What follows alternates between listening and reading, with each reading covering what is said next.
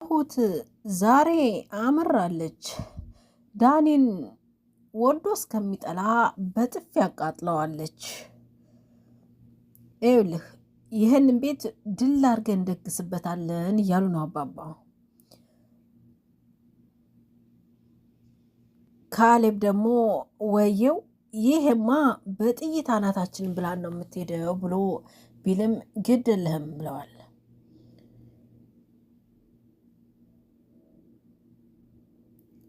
ቲና ተንበርክካ ይቅርታ እየጠየቀች ይመስላል። ተነሽ የኔ ልጅ ብለው ደላለዋታል። ቲና ትሁትን ስትለፊ ትኖሪያለሽ እንጂ ካሌብን አታገኘውም ብላ ሴራ ቀታባታለች። ትሁት ግን ስራዬም አይደል ስራዬ ሌላ ነው ብላ ወገቧን ቆርጣታለች።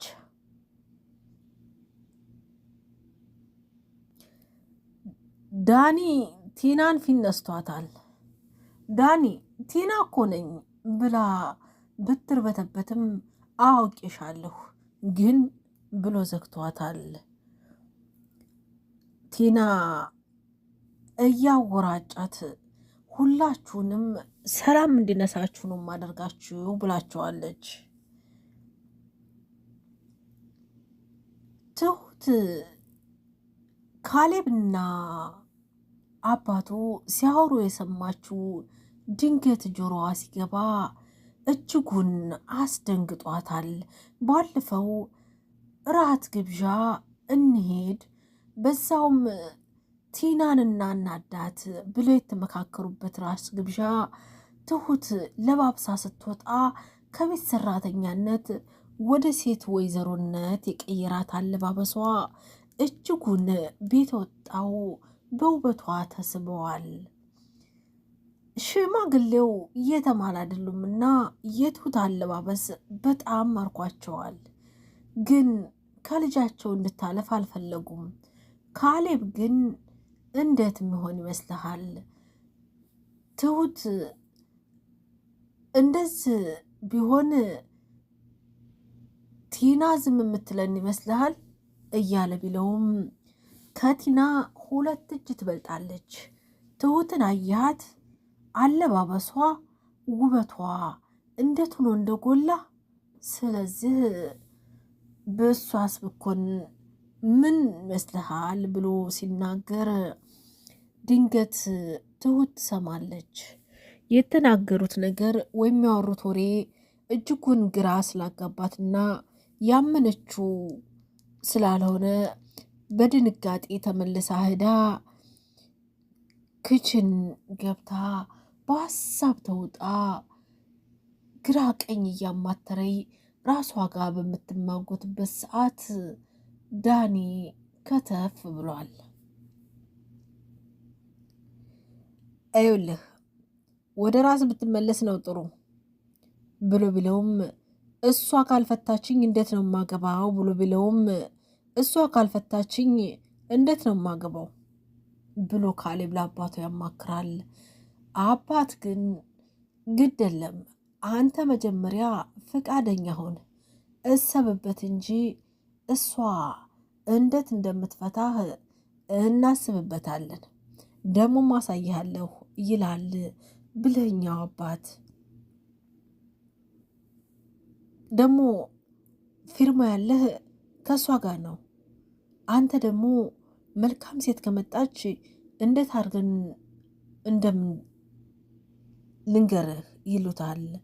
ይኸውልህ ደህና ሴትና ለአንተ የምትሆን ከመጣች ይህን ቤት ድል አድርገን እንደግስበታለን ብሎ ሲለው ካሌብ በድንጋጤ በለው በጥይት ግንባራችንን ብላን እንድትሄድ ነው እንደ ብሎ ብልህ አባቱን ይጠይቃል። ግደለህም እንደግስበታለን ይህን የምናደርገው ይላል ካሌብ። እስኪ እናያለን። ቲና አለና መቼም ትሁት ሚስቱን እንደምትመጣ ፈርዶባታል ይላል። አባትም ግደለም ትሁት ከቲና ሁለት እጁና ትመጣለች። ስለዚህ ለማንኛውም ዘወር ብለን እንምጣ ብሎ ብልህ አባት ከቤት ወጥቶ ሂዷል። ትሁት በሰማችው ነገር ግራ ተጋብታ ተክዛ ቁጭ ባለችበት ዳኒ ከኋላ ይመጣል። ትሁት ምን ሆነሽ ነው ብሎ ሲላት፣ አቤት ምን ፈለግ? ምን ሆነ ነው? ውሃ ጠማህ? ትለዋለች። አይ አረን ያልጠማኝም ይላታል ተገርሞ። እና ራበህ አለች በድንጋጤ። አረን ያራበኝም፣ ግን ምን ነው? ምን ሆነሽ ነው? በሰላም ነው ብሎ ሲጠይቃት፣ አይ ምን ሆንኩ? ምን ነው? ምን አየህ አለችው። አይ ትንሽ መረጋጋት ሳይኖርብሽ አይቀርም ብሎ ሲላት፣ እሺ ምን ልታዘዝ አለችው። እራት እንዴት ነበር አለና ያለፈውን ጥየቃ ገባ። ምክንያቱም አለባበሷ ውበቷን አጉልቶ ሲያወጣው እጅጉን ከቲና ትሁት እንደምትመረጥ እርግጠኛ ሆነው ነበር። ትሁትም እራት እኮ አርፏል አለች። አንቺ ግን የሆነ ደንባራ ምግብ የበላሽ ነው መስሊው ብሎ ሲላት፣ የሆነ ሀሳብ ውስጥ ነበርኩ አለች። አይመስለኝም ማለት ታዲያ ምንድን ነው የሚመስለው ብላ ስጠይቀው፣ የሚመስለኝማ ካሌብ ጉንጭሽን ስሞ ያስደነገጠች ነው የሚመስለው ብሎ ቢላትም፣ ያምሃል እንዴ እባክህ ውጣ ትላለች። ባክሽ ደስ ብሎሻል ብሎ ቢላትም ሳትዋረድ ቀጥ ብለህ ውጣ ስትለው ተነስቶ ሄዷል። ትሁት ግራ በተጋባ አንደበቷ ቆይ ምንድን ነው እነዚህ ሰዎች ምን እያሉ ነው እያለች እጅጉን ግራ ተጋብታለች። ትሁት ቁጭ ብላ ቡና እያፈላች ባለበት አባባ አልሰሙም አደለ አለይ። አልነገረችውም ትላለይ። ካልነገረችው ይላል። እሷ ካልነገረችው እንዴት ያውቃል ብለው ብሉት፣ እሷ በአይኗ ለማየት እየተከታተለች ነው እኮ ብላ ብትለውም፣ በቃ እሷን ወንድ አድርገን ማስገባት አለብን ይላል። ይህ ሁሉ ቲናንና ዳንን ለመበቀል የሚፍጨረጭረው ብልህ አባት አሁንም ቢሆን ከእነሱ ራስ ላይ አልወረድም። እንዳ በሽተኛ ሁኔ ቁጭ ብዬ እማልላወስ መስዬ ብዙ ነገሮችን አይቻለሁ፣ ብዙም ተዝቶብኛል፣ ብዙም ማሳልፍ ያለሁ ይላል። ካሌብ አይቶ ምን ተፈጠረ ብላ ብትልም ይሄን ያህል ጊዜ አብረው ሲሆኑ እንደዚህ አብረው የሚሆኑ አይመስለኝም። መጨረሻቸው ደረሰ ስል የእነሱ መጨረሻ አያልቅም። አልወጣም አለች እኮ ቆይ ስራውን ተወቹ እንዴ ብሎ ቢጠይቋትም ኧረ ተው አባዬ ይቅርብን፣ እሷ የሰራችውን ደግሞ አንድ ነገር ጨምራ ብትረፈርፈንስ ብላ ብትለውም ብልህ አባት ግን እሷ የሰራችውን ሳቀምሰው ምን በላይ ይመስልሻል ብሎ ቢላትም ትሁት ጀግናይቱ አባዬ በአንድ ዕቃ ብቻ ትሰራለች እንዴ? እሷ የምትቀምሰው እኮ ለብቻው በሌላ ዕቃ በአንድ ጎን ታረግ ይሆናል። ስለዚህ ይቅርብን፣ ግን መጠንቀቁ ምንም ነገር ትርጉም የለውም። እኔ ደግሞ ያደክመኛል አለች። አባትም ነገር ትክክል ነሽ፣ ከእሷ ጋር ክርክር ይከብዳል ብለዋል። ዳኒ ከቤት ወጥቶ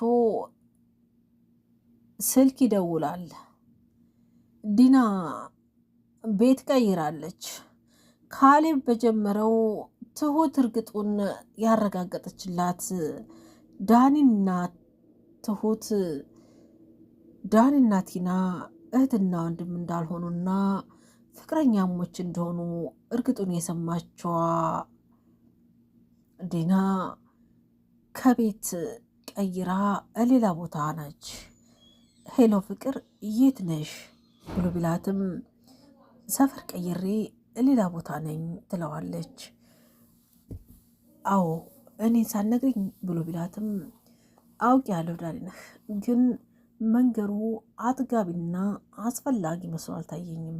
ስለዚህ ቀይሬ ያለው ሰፈር ብላ ወገቡን ቁምጥ አድርገዋለች። ዳኒ በድንጋጤ ተውጦ እየቀለድሽ ነው ብሎ ቢላትም ቀልዱንማ ቀልደህብኝ ጨረስክ ብለዋለች። ምን ነካሽ? እንገናኝና ንገሪኝ ብሎ ቢላትም የምን መገናኘት ነው? በልቻው አንተን ርቄ መስሎኝ ቤት የቀየርኩት ብላ ዘግታበታለች። ቀጣይ በሌላ ቪዲዮ እስከምንገናኝ ሰላም፣ ፍቅር፣ አንድነት ይላችሁ። ሰናይ ጊዜ